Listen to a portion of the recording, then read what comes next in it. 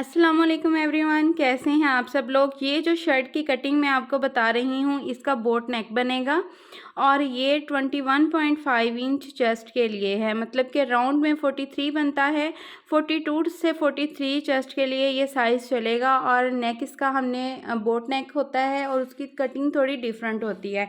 Boat नेक cutting करते वक्त हमेशा इस चीज़ को ध्यान में रखना चाहिए कि तीरा हमने कितना काटना है, क्योंकि अक्सर लड़कियां यहाँ पे गलती कर जाती हैं। तीरा जो है वो नॉर्मल शर्ट के अकॉर्डिंग ही कटिंग करती हैं और जब बोट नेक बनाती हैं तो हमारी ये चीज़ जो है वो बहुत कम हो जाती है। तो आपने वीडियो को फुल वॉच करना है, स्टेप बाय स्टेप हर चीज़ आपको समझ में आ जाएगी। बोट नेक के लिए शर्ट की कटिंग थोड़ी सी नॉर्मल शर्ट से डिफरेंट होती है, क्योंकि जो नॉर्मल शर्ट होती है उसका बैक नेक जो है वो थोड़ा डीप होता है, उसमें तीरा हम कम भी रखते हैं तो तीरा एडजस्ट हो जाता है। लेकिन बोट नेक वाली जो शर्ट होती है या कॉलर वाली शर्ट होती है तो उसका बैक गला इतना डीप नहीं होता, थोड़ा खुला ज़रूर होता है, डीप नहीं होता। तो इसलिए इसके तीरे में थोड़ा फ़र्क होता है। तो यहाँ पे देखें, तीरा हमारा जो रेडी है वो 15 है। अगर हम इस पे नॉर्मल कटिंग करते डीप नेक रखने के लिए तो हम 15 पे ही तीरा कटिंग करते, वो 14 रेडी होता। लेकिन पहनने के बाद वो बिल्कुल एडजस्ट हो जाना था। लेकिन अब ये बोट नेक की शर्ट हम कटिंग कर रहे हैं तो 15 तीरा उनका रेडी है, तो हम 16 पे कटिंग करेंगे। यहाँ पे हम तीरे का साइज रखेंगे 8 इंच। यहाँ पे देखें 8 इंच पे हमने मार्किंग कर ली है। तीरा डाउन के लिए हाफ इंच पे हमने मार्किंग करनी है इस तरह से। अब इसके बाद इस मार्किंग के बाद मैं 7.5 इंचेस पे आर्म होल के लिए मार्किंग करूँगी। अब इस लाइन को हमने इस लाइन के साथ मिलाना है और इस लाइन को हम इधर को सीधा कर देंगे। तो जिनकी 21.5 इंच चेस्ट मतलब के 42-43 चेस्ट होगी राउंड में, ये 21.5 सिंगल साइड है, ठीक है।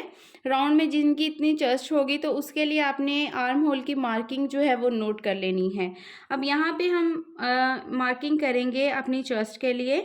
तो चेस्ट आ रही है यहाँ पे हमारी 21.5 इंच, तो हमने यहाँ पे 11.25 इंच पे मार्किंग करनी है, ठीक है। अब हमने यहाँ पे आर्म होल की फ्रंट आर्म होल और बैक आर्म होल के लिए मार्किंग करनी है।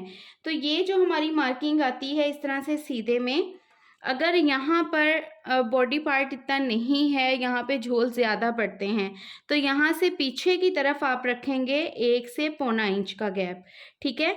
और अगर इतना झोल नहीं उठता, हेल्दी हैं यहाँ से, तो फिर आप हाफ इंच पीछे की तरफ लेके जाएंगे। लेकिन इनके यहाँ ये जो है इतनी हेल्दी नहीं है, तो यहाँ पे मैं 1 इंच पीछे की तरफ लेके जाऊंगी और यहाँ से आगे की तरफ हम 1.5 इंच पे मार्किंग करेंगे। ये बैक आर्म होल के लिए और ये फ्रंट आर्म होल के लिए। अब ये जो दोनों पॉइंट हैं इनको इसके साथ जो है हमने तिरछे में मिला देना है। अब ये हमारा बैक आर्म होल है, ये है हमारा फ्रंट आर्म होल, ठीक है। अब हमने इनको राउंड में शेप देनी है। तो यहाँ से देखें हमने इसको 1 इंच पे इसको रखना है, ठीक है। और बैक वाले को हमने यहाँ से 1.25 से 1.5 इंच तक रखना है। 1.25 इंच पे मैं रखूँगी क्योंकि अगर ज़्यादा हेल्दी हो और पीछे वाली साइड पे यहाँ पे हेल्दी हैं ज़्यादा, तो आप फिर यहाँ से 1.5 इंच का गैप रखिए, क्योंकि राउंड ज़्यादा डीप मत कीजिए। लेकिन अगर ज़्यादा हेल्दी नहीं है तो फिर आप यहाँ से गैप जो है वो 1.25 इंच पे भी दे सकते हैं। तो यहाँ पे मैंने जो गैप दिया है वो 1.25 इंच पे दिया है, ठीक है। अब मैं इसको राउंड में शेप दूंगी। तो ये हमारा बैक आर्म होल हो गया। अब हमने फ्रंट आर्म होल के लिए भी शेप देनी है। तो ये देखें इस तरह से हमने अपने फ्रंट आर्म होल के लिए भी शेप दे ली है। तो अब हम इसकी कटिंग करेंगे, लेकिन उससे पहले हमने फिटिंग के लिए और हिप्स के लिए मार्किंग करनी है।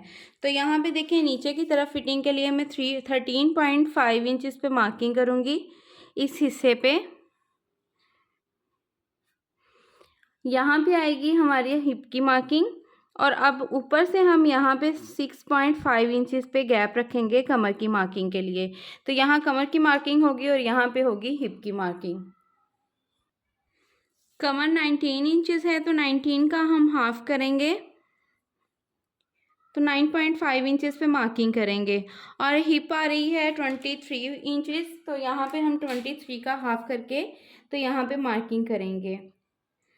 तो यहाँ पे आएगी 11.5 इंचेस। ठीक है, तो यहाँ पे हमने ये मार्किंग कर दी है। अब इन निशानों को हमने आपस में मिला देना है।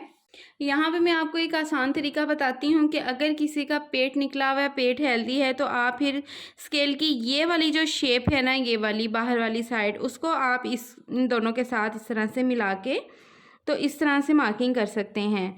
तो ये देखें, इस तरह से मार्किंग होगी थोड़ी सी ये राउंड में। ठीक है, और इस जगह से आप जो है वो स्ट्रेट मार्किंग भी कर सकते हैं या फिर इस तरह से भी मार्किंग कर सकते हैं। ये देखें,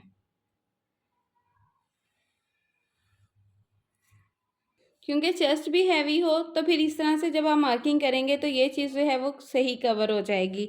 और यहाँ पर ये जो नोक बनती है, इसको आप इस तरह से राउंड में शेप दे लें। अगर ठीक है, नॉर्मल बनती है, इस तरह से पेट नहीं इतना निकला हुआ, तो फिर आप जो है वो इस तरह से फिटिंग का निशान लगाएंगे। यहाँ से भी बिल्कुल ऐसे सीधे में जाएगा और यहाँ से भी बिल्कुल ऐसे सीधे में जाएगा। तो ये चीज़ें जो हैं वो आप नोट कर लीजिएगा। अब नेक हमने ब्रॉड रखना है 8 इंच, तो 8 का हम हाफ करेंगे, तो यहाँ पे हमने 4 इंचज़ पे मार्किंग करनी है। ये जो हमने मार्किंग की है, इस वाली लाइन को हम इस लाइन मार्किंग के साथ जो है ऐसे तिरछे में मिला देंगे। अब हमने कटिंग करनी है, उससे पहले हम यहाँ पे मार्जिन छोड़ेंगे।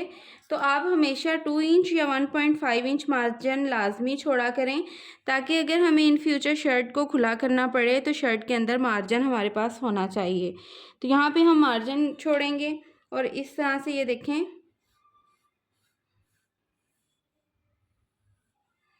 अब हम इसके ऊपर जो है वो कटिंग कर लेंगे अपनी। पहले हम बैक आर्म होल पे कटिंग करेंगे, देन एक पार्ट को पकड़ेंगे और फिर फ्रंट आर्म होल के लिए कटिंग करेंगे।